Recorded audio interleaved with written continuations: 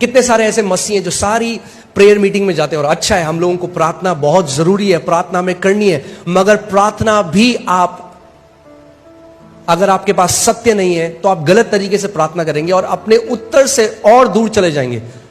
आप जानते हैं गलत प्रार्थना करने से आप अपने उत्तर के पास नहीं, दूर चले जाते हैं।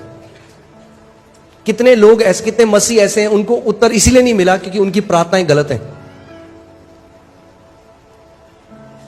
इसीलिए हमें क्या करना है, हमें बढ़ना है परमेश्वर के ज्ञान में, उसके डील डॉल में, उस प्रकाशन में जो आत्मा के द्वारा आता है। मेरे ज्ञान न होने के कारण मेरी प्रजा क्या हो गई, नाश हो गई। यानी ध्यान से सुनिए, परमेश्वर की प्रजा नाश हो सकती है क्योंकि उन्हें परमेश्वर का ज्ञान नहीं है। उन्होंने परमेश्वर के ज्ञान को क्या किया, तुच्छ जाना। तो मैं आज आपको बढ़ोतरी के लिए बताता हूं। देखिए कितने मसीह ऐसे, उनके कानों में ना खुजली है। क्या है खुजली? क्या है? कुछ नया सुनाओ पास्टर। अरे पास्टर ये तो, अब विश्वास तो आपने ऑलरेडी 12 कर रखे, सुन लिया हमने, किताब भी लिख दिया आपने विश्वास के बारे में, कुछ नया सुनाओ पास्टर, कुछ नया। हमें कुछ नया रेवलेशन सुनना है। क्या सुनना है? नया रेवलेशन। जो पुराना सुना है उसके फल है कुछ जीवन में?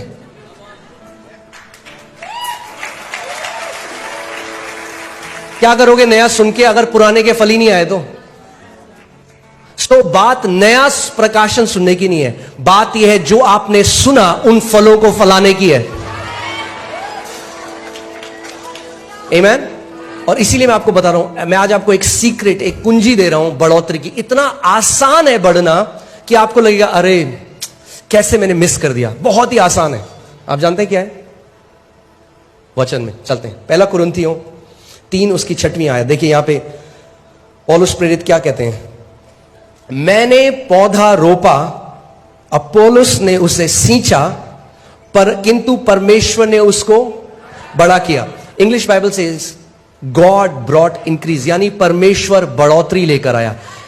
परमेश्वर सीधे बढ़ोतरी नहीं ला सकता आपके जीवन में। ध्यान से सुनिए मेरी बात को। कई लोग कहते हैं प्रभु बढ़ोतरी दे, प्रभु बढ़ोतरी दे। नहीं ला सकता बढ़ोतरी। अगर प्रभु को बढ़ोतरी लानी है तो किसी को पहले बोना पड़ेगा वचन, फिर किसी को उसको सींचना पड़ेगा, फिर बढ़ोतरी आएगी।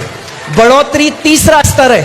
पहला स्तर है बीज को बोना। क्या है पहला स्तर? बीज को बोना। दूसरा स्तर है उसको सींचना, उस पर पानी डालना। आप बेस्ट क्वालिटी का बीज ले आइए, आप कश्मीर जाइए, वहां से आप सबसे अच्छा बीज ले आइए सेब का। मगर अगर आपने बीज बो दिया और उसके बाद भूल गए तो क्या होगा? वो बीज कभी भी बढ़ नहीं सकता।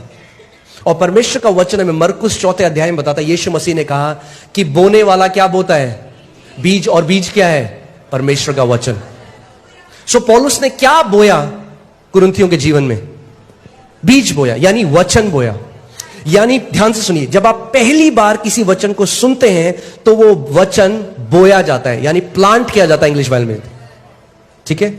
मगर जब आप उसको बार बार सुनते हैं तो वो सींचा जाता है, फिर बढ़ोतरी आती है।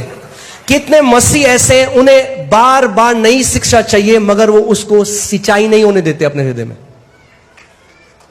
यानी अगर आपको बढ़ोतरी चाहिए, प्रार्थना से नहीं आएगी। ध्यान से सुनिए, मैं प्रार्थना करने वाला व्यक्ति हूं।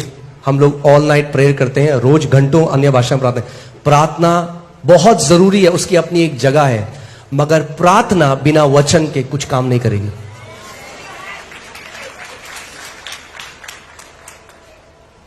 बोना वाला प्रार्थना बोने नहीं गया, बोने वाला क्या बोने गया? बीज।